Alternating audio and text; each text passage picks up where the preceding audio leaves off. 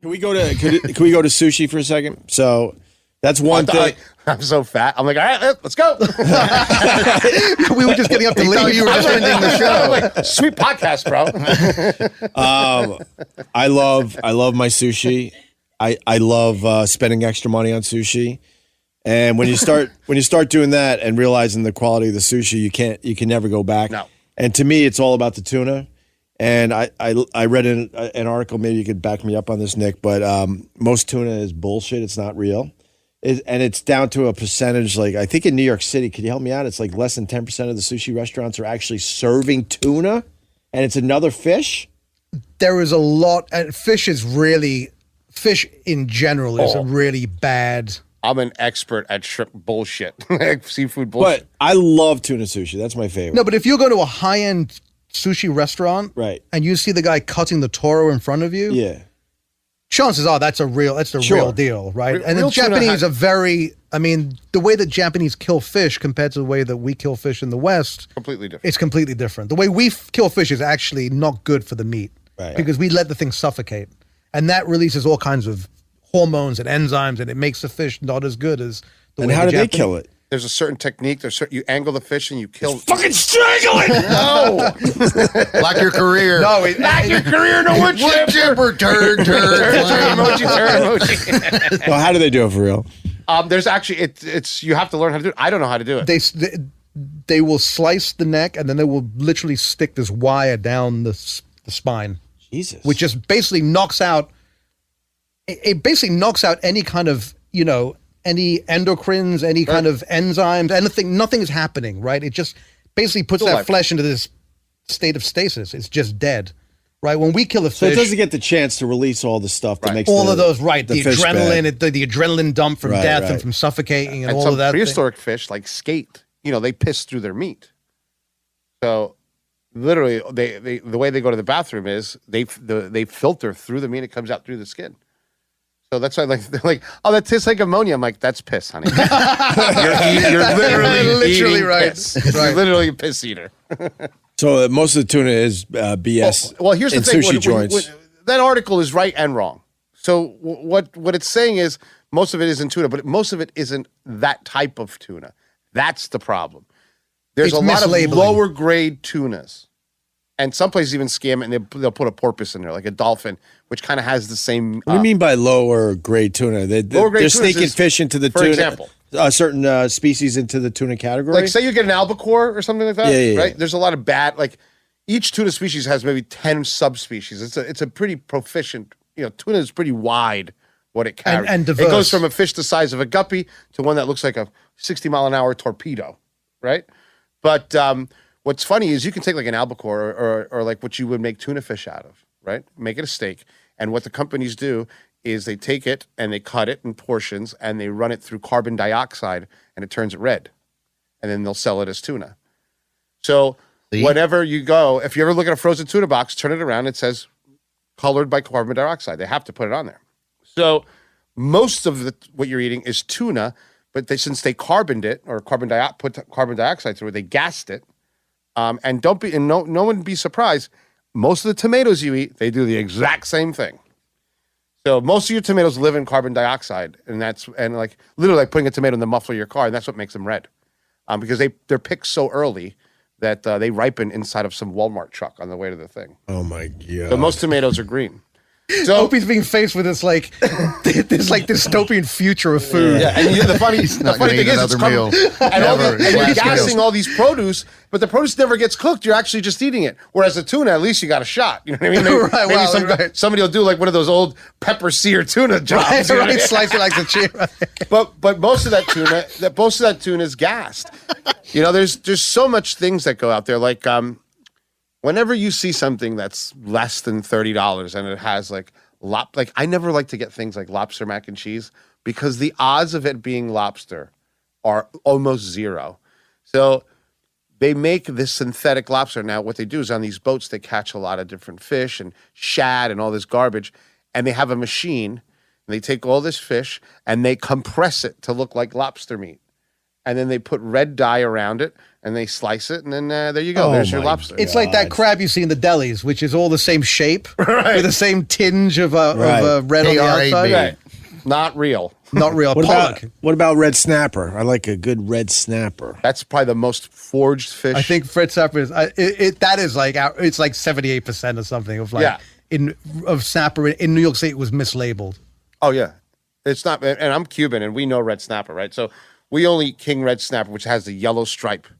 So they have it's a very delicate fish. So through nature, it's developed this yellow stripe so that its predator thinks it's an eel when it's swimming through the water, and they leave him alone. But that snapper is absolutely delicious. Now, on either side of it, there are at least 100 different snappers, and they suck balls. Really? Every time I'm somebody like, "Oh, you're Cuban. We made red snapper." I'm like, "No, you didn't. You made a giant swimming disappointment face." That's my second ex-wife.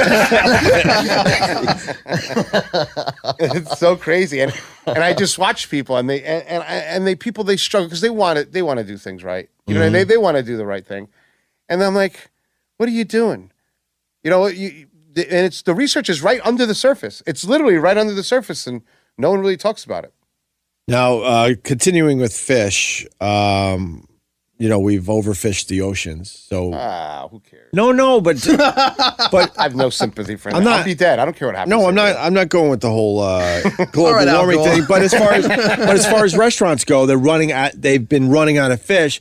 So now they've been serving fish they never would have served many, many years ago, and they just changed the names of these fish to make them sound exotic. Monkfish is the perfect. Monkfish used to be called dogfish. Dogfish. Who's going to buy dogfish? Right. No one bought dogfish. Right. Now it's monkfish. It sounds celestial and sort of, like it's still not that good. It tastes like dogfish. Exactly. But they romanticize it. You know, they serve it with all the sauces and stuff because it's not that great of a fish, but.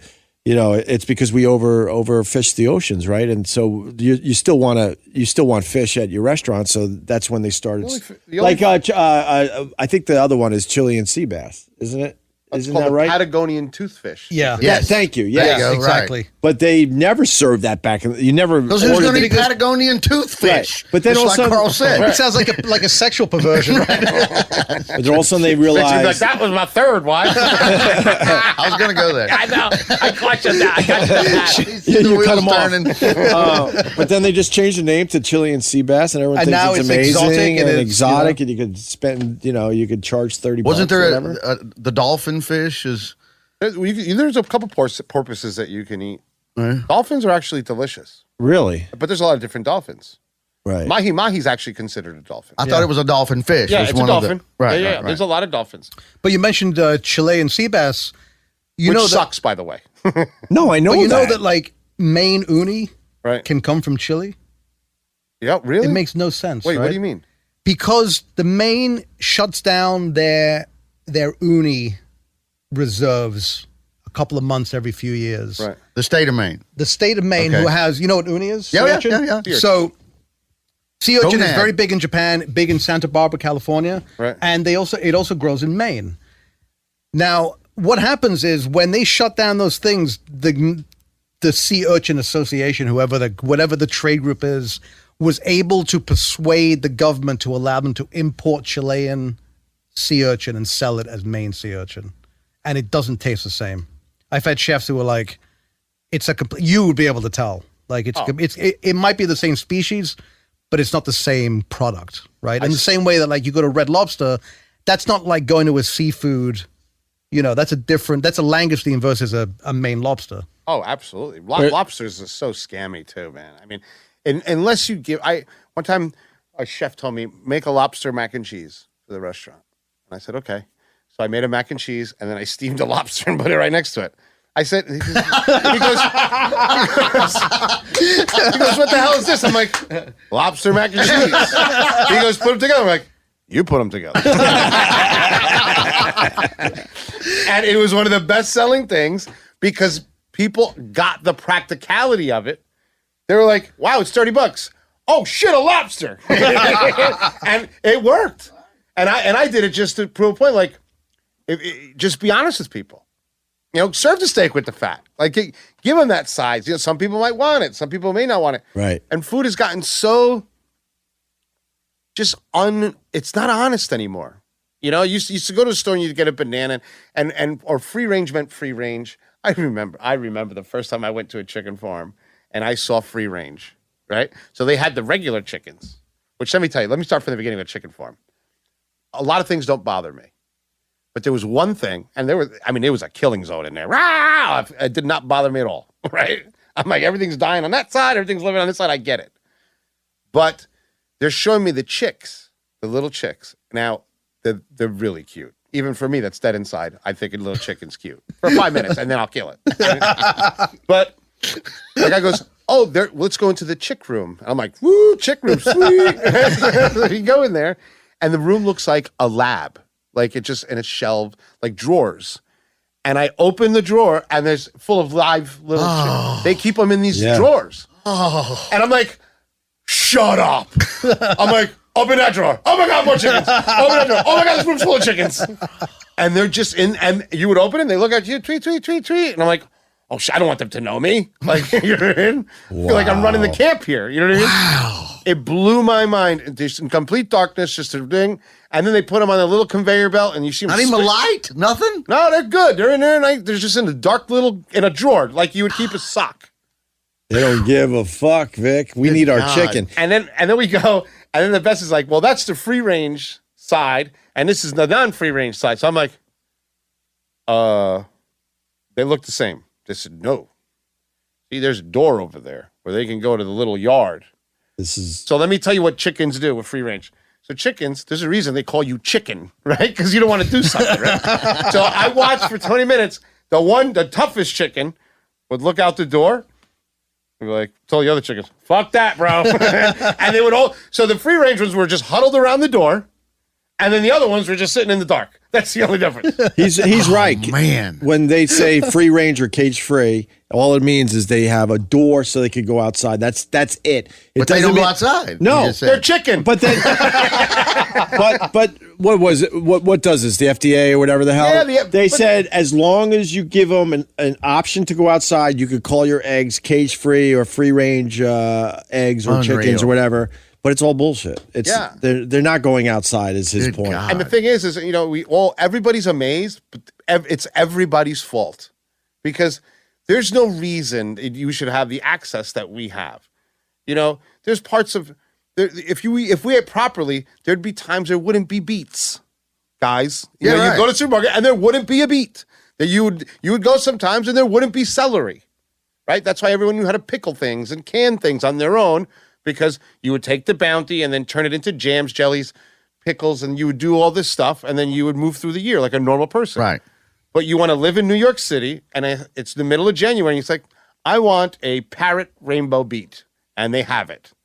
And for them to have it, there for $2.99 a pound, a lot of bad shit has to happen. You know what I mean? That nobody wants to talk about. For you to have a chicken breast the size of your head. Right? Yeah, they're big. Bad shit happened. A lot of creepy stuff, a lot of backyard deals, a lot of backhanded deals, a lot of hormones, a lot of steroids. All this stuff happened so that you can take your little styrofoam package and say, I'm having chicken tonight. And that's paleo. It is. So people, it's our own fault. It's people's own fault. It used to be, can I get a chicken? No more chicken. Yeah, we're When's out. our chicken? Right. June chicken. Right. We got chickens in June. And you're like, okay. So when the chickens would come, you would confit the chicken. You'd preserve the chicken. You would make chicken stock. That was real life. Now it's like, I want a black bass right now. Bad shit has to happen for you to be able to do that. Wow. Is that Get this guy amazing? monkfish. No. The chicken thing, I was online once and they showed like a healthy plump chicken from back in the day. Right. Compared to what we consider a healthy plump chicken. Oh my and God. it's night and day. It looks like a pigeon. Right. It looks The like a old pigeon. one does. The old school look like a pigeon, and they're like, fuck that. People want plumper chickens, and then they figured out how to raise them faster. So like, It's like the beginning of the porno career. the end of the porno. Exactly. That was a perfect But from analysis. there. the birth of the chicken to your plate, it's insane how. I think how many days is it now? I think it's up to 90 days. You get Yeah. full chicken. Yeah. 90 from a little chicken in a dark A tiny drawer. chicken that you like. I go to these petting zoos with my little kids, and we're petting that thing, and in 90 days, that's a full, plump chicken on You your want to plate. hear something? You want to hear something? How fun? long did it Bigger used to than- be? But how are they doing that? Like a fucking chicken. A I mean, year. a chicken, or a year. I a was chicken, gonna a say, chicken 8 will, months? will live 2 years. I've had chicken that 18 months old. Yeah. So there's a restaurant in Japan where they specialize in the mother and the child. You can't even say serious. You can't even say It's so serious. evil. Oh my god! So you eat like a really fresh bird, like 3 months, Right. and it's like really tender and it has no flavor. Right. And then you get this hen that's 18 months old, and it's a little tough and gnarly, but you know what? That thing is like, it's like Vic. It's lived. You know, it's like, that thing has Thank you, lived. Nick. It's got game in it. It's got funkiness, you know? But no it liver. really is like Vic. No liver. Your friend in, I tried. I talks to your they're friend not all over and gonna be over gems. for too long. Yeah. But how are they plumping up the chicken so quickly? Hormones. It's all hormones, and steroids. Yeah, Wow. steroids. Can I change gears a little bit? Parmesan cheese. My family they love it. I fucking hate it. I fucking hate you. No, it's not. It's not the fresh Parmesan cheese. I'm talking about the shit. They like that the you- old Kraft in the Well, green can. Yeah, but that I is, hate first that. of all, that's I knew you were going to say that. My point Yeah, is, but- I'm no fan of the can. no that's not cheese. I started earlier by saying I don't know shit about food in general, but I know I have no doubt in my mind. Thank you. You beat me to the punch, but there's filler or something. Yeah, in there- that. no, 'Cause there is, there when, is. When you're sprinkling it from a bottle or whatever, and then you go to a restaurant and they're scraping it off fresh for you, it's two different things. my friend would my friend would go and when they would have a dish with Parmesan cheese, he would take out his lighter and put it against the cheese. And if it turned yellow, it was real, and if it turned brown, it was fake because you'd burn the filler.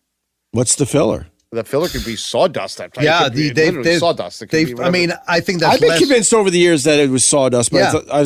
sawdust is very popular. Well, so think What do about you mean? What? sawdust is organic. It's just Yeah, wood. it's wood. and it's so thin that you're going to digest it. Right. It's going to probably melt into you the. probably eat a lot more sawdust than you think, my friend. What is it in? A lot of stuff.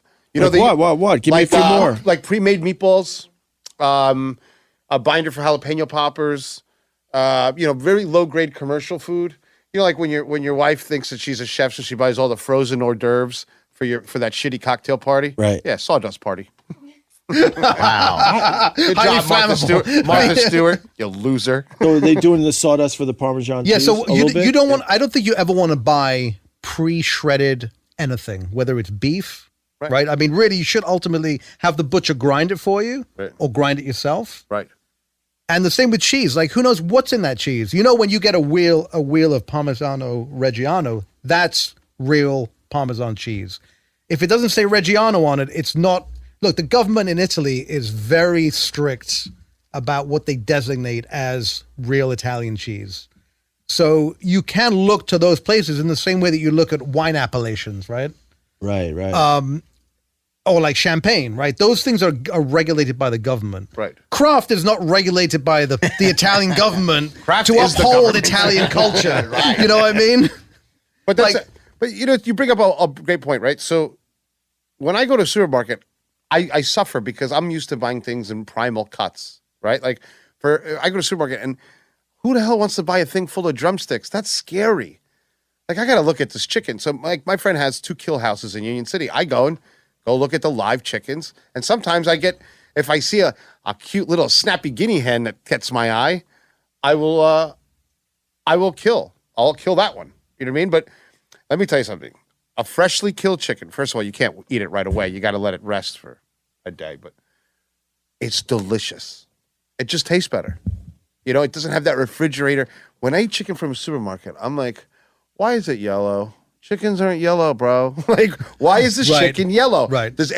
No one walks to the supermarket and goes, that's not the color of chicken skin. That shouldn't be the color of chicken skin. The bones have no development. When you eat the fried chicken, like with cheap chicken or commercial chicken, there's no way around it. I mean, chicken has surpassed beef, I'm sure, by now. It's the most popular protein Right. in the States. But when I bite it and I see the clear white bone, on a chicken. I'm like, did this thing even walk? It didn't even use those my bones. God, really? Yeah. Well, those things, they barely provide any kind of skeletal structural integrity, right? They're so like, you can snap them. Oh, you know? can take a giant chicken and literally break them in half. Their bones are so soft.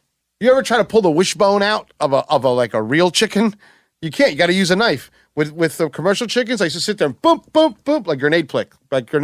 Wow. Bop, bop.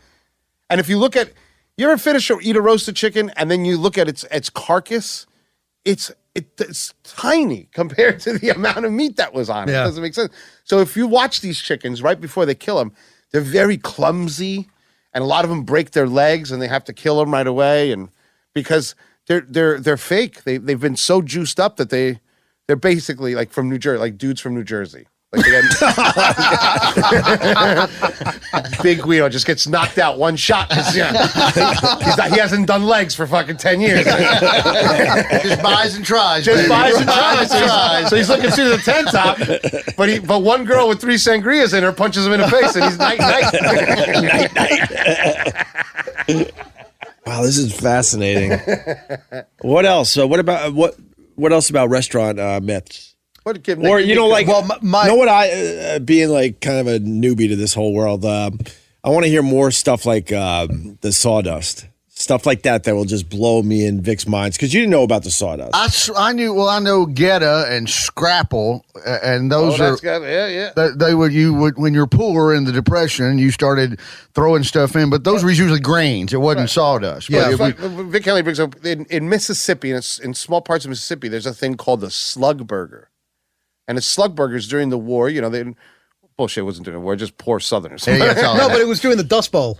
Was That's when it during the Dust Bowl? Yeah, so they would take soybeans and mix them with beef, and then fry it with a little bit of icebox mustard. It's kind of delicious sometimes. yeah, listen, like I don't like it. I've had it. I know what he's talking about. I could You hate it. Well, yeah, because I like a real hamburger. So we You know used to what's get funny? those at lunch. We got the shitty ones at lunch. So slug burgers are Yes, having at a school. resurgence. Like there's a place that my friend owns. It's called Hugh Babies in Nashville. Now he's going to have a couple. fantastic. Pat Martin. Pat Martin. One of the great pit masters. One of the great pit masters in the country. And Pat brought back every Friday at his place you can get a slug burger.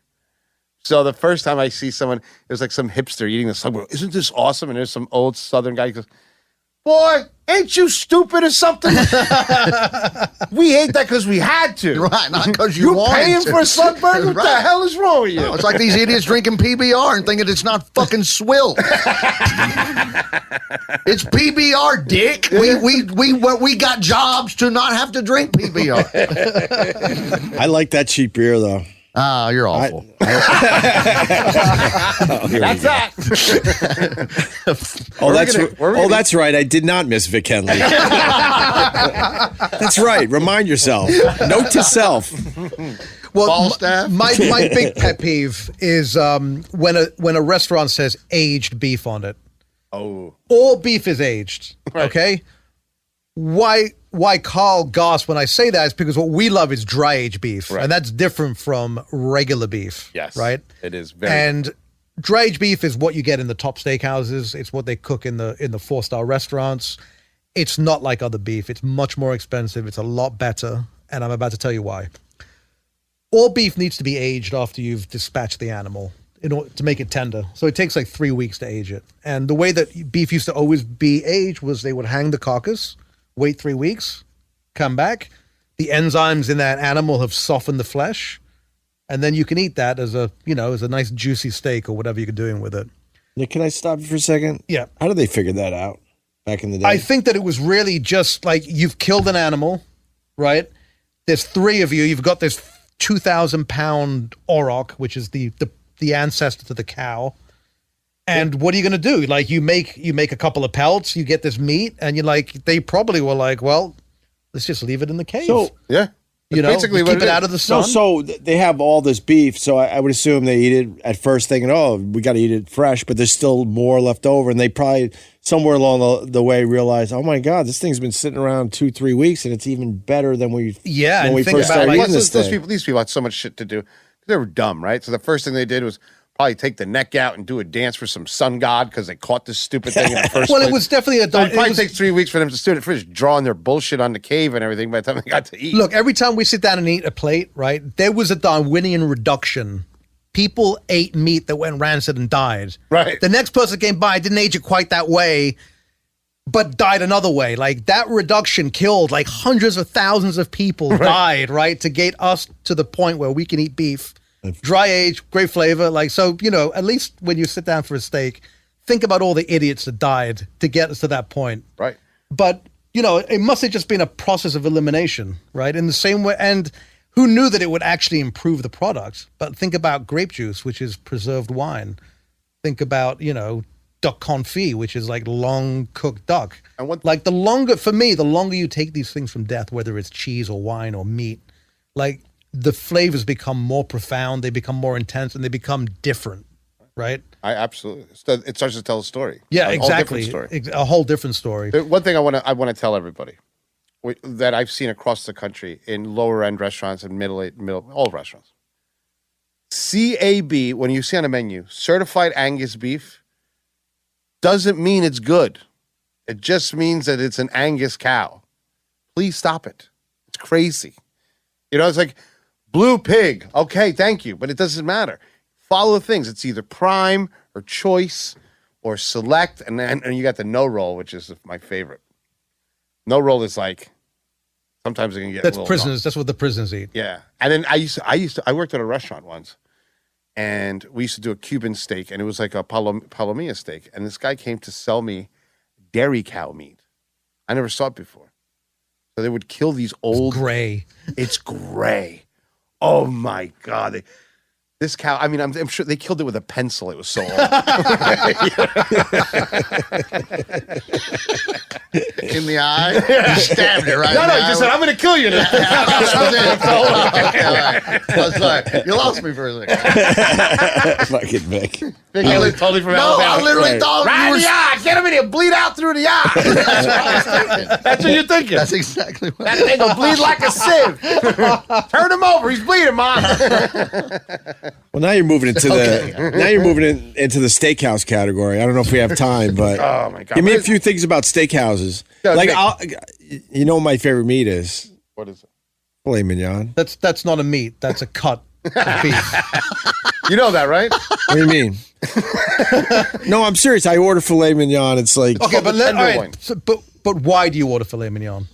Because he got the baby teeth. He doesn't, though. I mean, The baby wants softy steak. I lean on the side of healthy. So How is that? That can't be for health. so.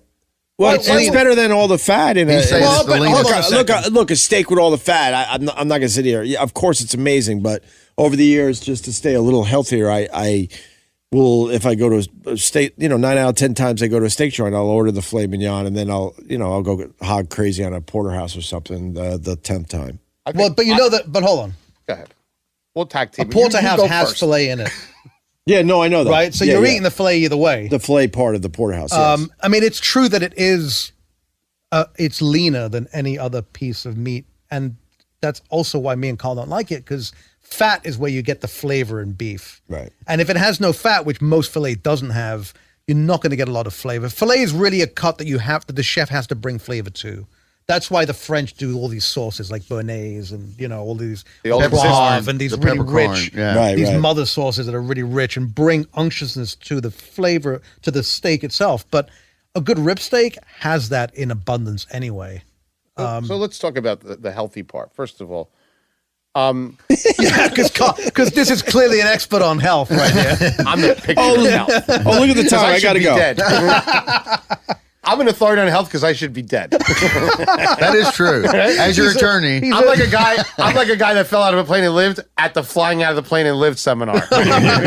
So if I can listen to this, Hope. First of all, I don't know if it's healthier because number one, you can't eat it by itself. You got to eat it with something because it's so dry, right? Yes. Number two, on ribeye, say you grill or roast a ribeye at 600, 800 degrees, all that fat that was in the middle of the steak is gone now. Right. It's rendered. It's rendered, and that's one of the things that make it great. It creates these little air pockets in a ribeye because there was nothing to replace that fat that was rendered at that high temperature. So that makes it delicious. It's also, and not to delve too much into the geekiness of nutrition, but the concept of fat being bad for you and causing fat, like we're when we eat, like, we're going to get fat from eating sugar. Sugar is instant energy for us. We take that and we're like, okay, let's store that as fat. Right. But it's not like we store beef fat as human fat. We have to convert that into our own fat, right? Right. And protein is actually a fairly efficient form of nutrition compared to, like, you know, to other things, Candy. right? The candy. Well, candy, the problem with candy is actually that it's too nutritious. There's no problems with candy. Vic. No, you're the problem. The problem is that you're bashing candy. This is not the forum for that. Candy proves there's a God. So what we're suggesting is if you go to a steakhouse, unless it's Carl and I, it's a regular occurrence for us. I've had steak the last 3 nights, but generally most people go for once a week, once a month.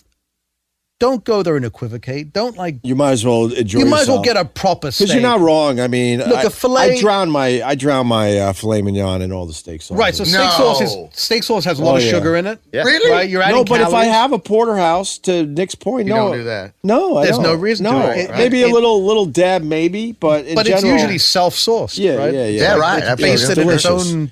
own fat. I think we're running out of time, but there's I want to end with you hitting us with a couple more of like the really crazy shit with restaurants.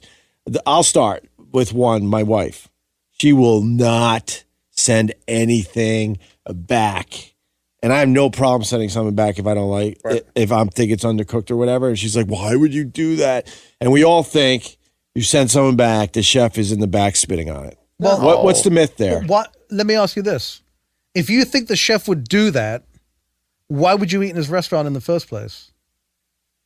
Nice. You know what I'm saying? Like, Good point.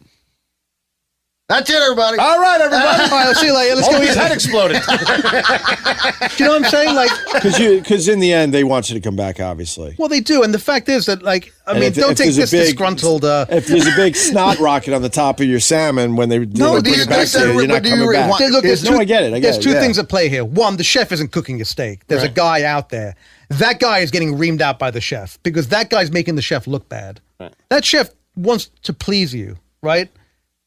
So this is interesting. So you should never be afraid to send your food I don't back. think you should be afraid because not only are you doing yourself a favor, you're doing everyone else Yeah.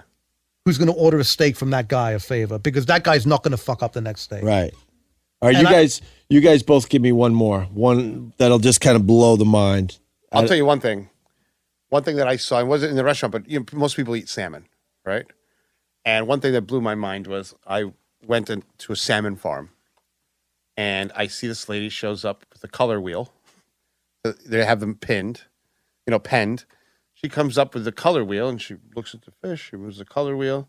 She checks it. She comes back with a bucket of orange dye and just throws it in the water. And now the salmon flesh meat is orange. It had nothing to do because salmon are orange because of the krill of this little miniature animal, right. and that makes them orange, right? Same reason flamingos are pink. Right, but but in this pen they don't turn orange; they're gray inside, and literally just dumped a 5-gallon bucket. So the lady's talking to us about how beautiful the salmon are, and this is going on behind me. I'm like, lady, I get what the hell's going on up there? Why is that person pouring orange dye? And it was like blood orange, the color, and you could smell the dye. Like, imagine to turn a living animal another color on the inside, not on the outside, There on you go. the inside. Right. And then I started looking at it, and the fish are so sloppily bred that you start seeing. Like I saw salmons with 2 gills. 3 eyes. Like an extra little, like where an eye would start to grow. Sea lice in the gills. I mean, just sea lice, let me tell you, are one of the scariest looking things you've ever seen. It's like a clear tick, and it has all these, it's disgusting. I mean, and that's what you're generally- eating when you're eating all this. Farm fish is not good. I mean, No, when especially farm shrimp, which a lot of low quality shrimp is. Oh my God. It's all cooked it's all made in the Far East. There's like no environmental standards. It's not good. And I'll tell you this, and you won't want to hear this, but you're not going to like. A lot of places, they'll pen the shrimp. They'll keep the shrimp next to where the sewers give out because they get free food. All human shit and everything coming out into the water. That's where you put the shrimp, and they grow pretty good for free. You know? They go to town. Huh? They go to town on our feces. Oh, they love it. Come on. Of course. But this is China. That's not here. Why wouldn't you? I'm telling Both these fuckers know exactly what they're talking about. Come on was like, come on, like, oh my God. Okay, sorry. Jesus, Once again, Vic. I'm on the literal side of the room. and if you look at the prices on shrimp, it's unbelievable. You'll see a 16.20, which means 16 to 20 per pound, which is the average shrimp that you eat. I don't devein shrimp. You Ever. do now. Yeah, no kidding.